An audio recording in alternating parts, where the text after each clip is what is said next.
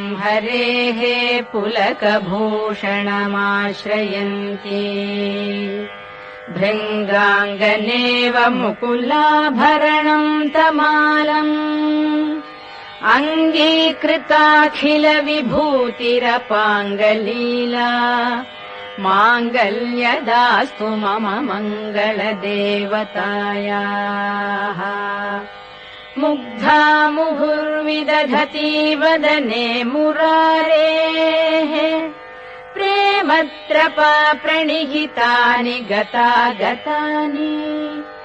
मालादृशोर्मधुकरीव महोत्पलेया सा मे श्रियम् दिशतु सागरसम्भवायाः आमीलिताक्षम् अधिगम्य मुदा मुकुन्दम् आनन्दकन्दम्